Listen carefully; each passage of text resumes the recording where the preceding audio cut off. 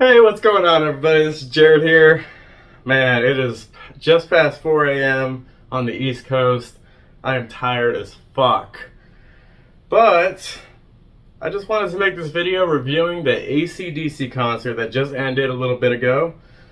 So, this concert, the official date is October 7th, 2023, at the Empire Polo Club in Indio, California, USA.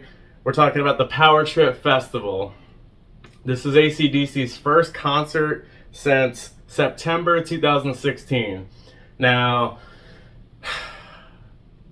pretty much AC/DC, they they've had some issues with Brian Johnson. He had some hearing issues a few years back during like the Rocker Bus tour, and they had to reschedule a shit ton of dates, and they ended up having to call Axl Rose from Guns N' Roses and they had him pretty much fill in for Brian so they could finish these dates. And I happened to go to one of the shows back in 2016 at the BB&T Center in Sunrise, Florida. Great show. I think Axl did an amazing job.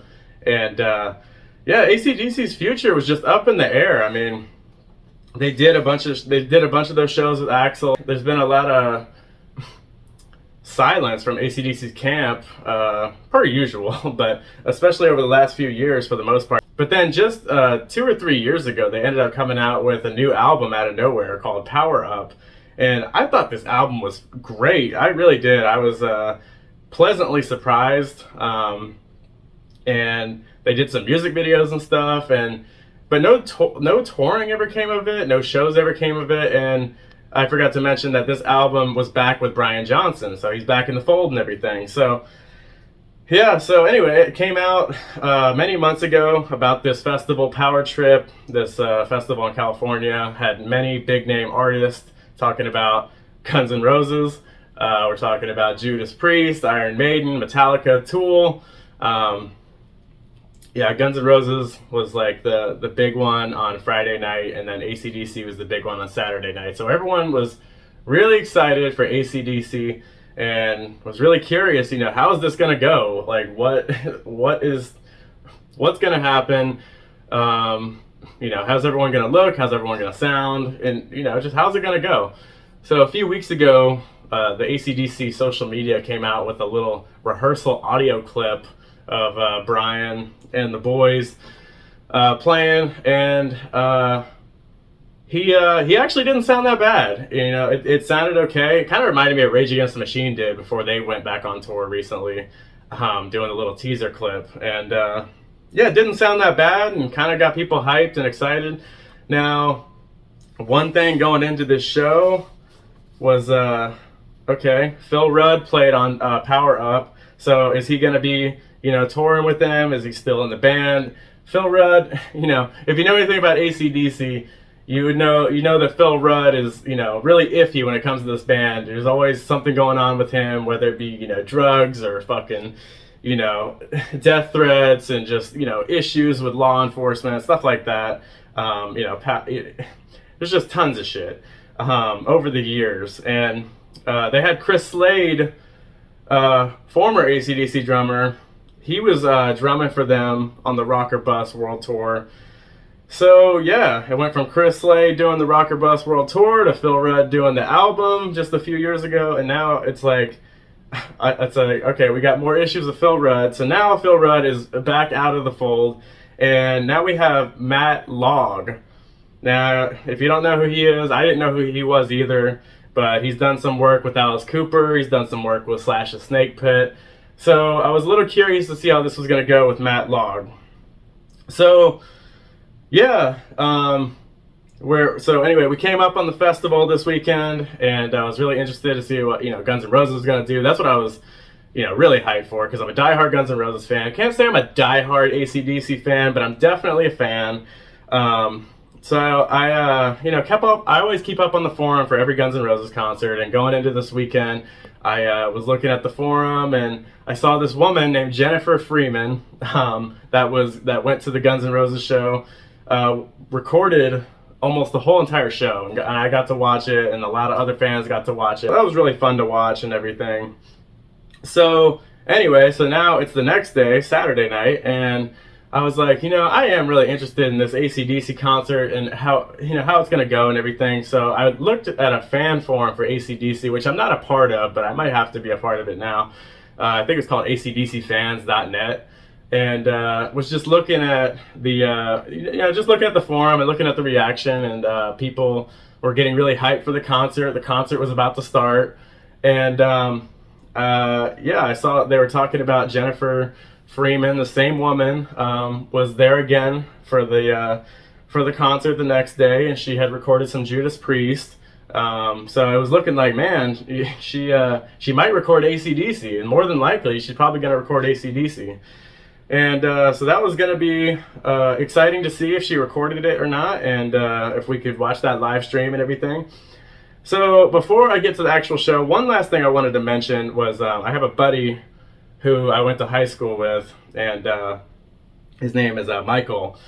He is a diehard AC/DC fan, and he happened to be at this festival just by coincidence. I couldn't believe he was here at this festival, and he saw Guns N' Roses last night, and then it clicked to me today, oh, he must be at this festival mainly for AC/DC on Saturday night. So I have to imagine he was definitely there for Saturday night's AC/DC show. So yeah, I just kept refreshing. And one thing I saw on the AC/DC fan forum, which I thought was interesting, somebody that was at the show talked to somebody that was working the show and was like, hey, are they going to be touring after this? And he kind of grinned and I guess was just like, well, we'll see how tonight goes. Man, it was like 12:45 a.m. and finally, I saw that Jennifer Freeman went live. So I clicked on her live stream and she was showing the intro to the AC/DC concert. I was so hyped, man. My heart was pounding, and it was just really exciting to watch the video intro. It's like, holy shit, this is really happening. You just see all these people that are wearing their devil horns, the lit up devil horns, which is classic for the AC/DC concerts, have been for a really long time. And man, so they start the show, and everyone's like, what are they going to open with? What are they going to open with? They open with, If You Want Blood, You've Got It. And you get to hear Stevie Young just hit the first chords of the show, and man, what a great opener! What a great opener to start with. Surprisingly, and I didn't know this until later, but this is the first time in AC/DC's history that they've ever opened with this song. So I think that's really awesome, and this is the first performance of this song with Brian Johnson since 2003. I love these little notes. I don't know, these just little cool little notes. I got to see the whole band. It's like, okay, well, Stevie's the first one you see. So first thing I noticed, I'm like, oh, okay, Stevie's hair is shorter since the last time we've seen him and everything. And Cliff Williams he technically retired after the last show in 2016 with Axl, but he decided to come out of retirement for this tour. So he didn't really retire. I mean, that's kind of just like a funny little thing, but he looks exactly the same. And then, Matt Log, he just, I don't know, he just kind of has long hair. Nothing really much to say about him, but of course, Brian and Angus are a couple of them, they're the main ones of this band. Angus, he has long gray hair now, and I'm not talking shit or anything, it's just an observation, but it's definitely one of the first things I noticed. I'm like, damn, Angus has long gray hair now, so that's a new thing. But he's in his schoolboy outfit, classic schoolboy outfit. And I think Brian looks exactly the same, to be honest, for the most part. I mean, he just wears his his hat and his black t-shirt and his jeans or whatever, and sneakers. Just looks pretty much exactly the same as he always does. I'm not talking shit once again, but he's a little heavy set. One of the main things, pretty much like the main thing, it's like, how is Brian Johnson gonna sound? And honestly, when he started and I heard the band, I'm like, okay, well, they're actually not really tuning the song down like they did, back in his last shows. I know for sure from like 09 to through 16, they had the songs tuned down a few steps, but when they brought Axl back into the fold, they had him at the regular key. So when they started this concert, I'm like, holy shit, it sounds like they're not tuned down at all.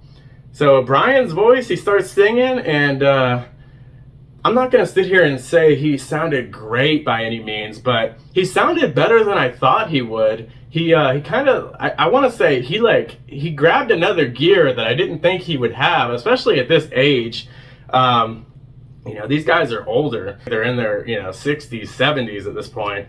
And he was, hitting his high notes, not like perfectly, but it sounded like he was in like he found this like pocket in his voice where he was like hitting the high notes even though his voice was cracking, like, he was on the verge of just like his voice cracking really badly. But it was working. It didn't sound that bad, and I'm like, damn, okay, Brian, wasn't expecting that.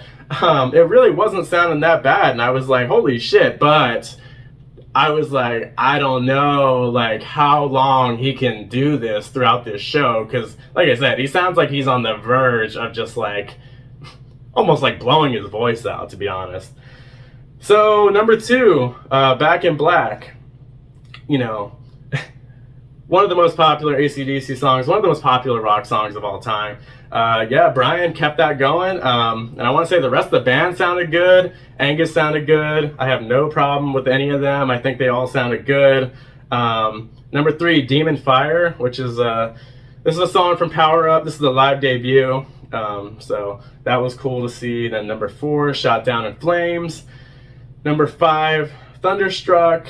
And once again, I just want to say all these songs, I think everyone sounded good. Like I said, Brian, he's like hitting the high notes the best he can, and I just really admire his energy and how hard he was trying. And he was just really staying in that pocket of like his voice just like almost blowing out, it sounded like. But he was, doing his best to hit those high notes, and he was really like, it was sounding okay, even though it was like voice crackly. Number 6, Have a Drink on Me. This is where I feel like the show started to shift for Brian. I feel like this is when Brian started to like really struggle with his voice. I feel like his voice just started, he made it a good like 5 songs with, hitting the high notes okay. But then Have a Drink on Me, it started to go downhill. 7, Hell's Bells. 8, Shot in the Dark. It's another one from Power Up. I really like this song. I think it's a great single. This is the live debut. Number 9, Stiff Upper Lip. This is the first time they played this since 2003. I thought this was a highlight of the show. I thought this one sounded really good. I really enjoyed this one. That was cool. They added that. 10, Dirty D's, Done Dirt Cheap. I remember Brian really struggled on this one. 11, Shoot to Thrill. 12, Sin City. So yeah, I'll just also mention, Brian was having a good time getting the crowd involved and everything, and just being goofy, just goofy Brian, pretty much what you would come to expect from Brian. And I don't mean that in a negative way. He was just having a good time, and it was great to see him out there, as, of course, the rest of the guys. There was, at one point in between one of the songs, he straight up coughed on the mic, and like I remember people in the crowd were laughing, and I was laughing too. I can't believe like he did that. But it's not surprising considering like I said, his voice and how it was going. And once again, it's just, it started off like decent, and then it kind of just went downhill. And I wouldn't say it just like went downhill the rest of the night. I would say it kind of like, it went downhill and then kind of just like plateaued at like a mediocre to like bad level, if I'm being honest. Let's see here. 13, Giving the Dog a Bone. 14, Rock and Roll Train. 15, You Shook Me All Night Long. I think that was another one that didn't sound the best from Brian at all. But some of these songs sounded okay. Like, I don't know. Sometimes, I don't know, his voice was just kind of in and out. Like, some of the songs, it was like, okay, it didn't sound that bad. But then, like, a song, like I said, Dirty Deeds, it's just like, oh, that sounded really bad. All right, 16, Dog Eat Dog. First time with Brian since 2009. 17, High Voltage. 18, Hell Ain't a Bad Place to Be. 19, Riff Raff. Now, this is one I thought was kind of interesting. It's the first time with Brian since 1996, and I guess it's the first time at an actual concert with Brian, whatever that means. Who knows? But I'm sure diehard AC/DC fans understand. Maybe they did it at like a fucking, who knows? It's just some off performance somewhere. But this one's interesting because this is a song that I know Axl really likes. He's played it at Guns N' Roses shows. They played it with Axl when he joined AC/DC. So I feel like this is probably one of those ones that like, Angus and the boys really liked bringing the song so much. Really liked Axl bringing the song back in the fold, and they wanted to get Brian to do it, and he did, and so that was cool. It seems like Riff Raff is still there from the Axl days and everything. 20, Highway to Hell. 21, Whole Lot of Rosie. Now they didn't have the big inflatable Rosie, which I thought was interesting. They kind of just put it up on the video boards, kind of just like a digital electronic Rosie on the video boards. 22, Let There Be Rock with Angus Young guitar solo. I'm not gonna lie, it's getting late at this point. I kind of passed out during this song. This one's always long with Angus's solo and everything, but I did wake up right before, what he does is like when he does his solo, like I don't know, about halfway through to 3/4 of the way through, he gets on the ground and does his classic like spazzing on the ground as he does his solo. It's his signature thing, and I was like, damn, that's so awesome that he's still doing that. I was like, that was one of those things I was wondering, like, is he gonna do that? He's getting older. Is he really gonna do that? But he did. And as far as Angus Young's guitar solo went, I'm sure people are gonna talk shit about me, but I'm just being honest how I feel. He is great, one of the best guitarists of all time. Don't get me wrong, way better than I could ever imagine to be. But something about his solos, I feel like he has done a very similar solo in like his concerts for a very long time now. Like he really, it's you can almost expect the solo to be the same like every concert. And as far as his playing went, I thought he was good, but I'm not gonna lie, I thought there was a little slippage. I thought he wasn't as clean, he wasn't as smooth as he normally is. I thought there was a little bit of slippage. I thought he was a little bit sloppier at times, but still good, still has great energy. And so he did his solo and everything. Goes out on the platform comes up, he goes behind the stage, and then goes up on the top of, at the back of the stage and everything. Pretty much just what you would expect from a Angus Young guitar solo. So then they after the solo, you get the AC/DC logos on the board, so now it's the encore. And they come out and do 23, TNT, and then 24, of course, the final song for those about to rock, We Salute You. Ended with that one. A little disappointed they didn't have cannons. I wish they would have had cannons. That would have been awesome. I think that would always has to be in these AC/DC shows of the cannons. I mean, I don't know if they haven't been doing the cannons for a long time, but I think it's just an awesome touch. I feel like they should always have the fucking cannons. 24 songs. They did over 2 hours, and once again, with Brian, with how his voice sounds and everything, and also just with them being the age they are, I think they should be doing an hour and a half. I don't think they should be doing over 2 hours. But then again, it's like, who knows if they're going to be touring after this or not, or if this is just like a one-off. We'll see.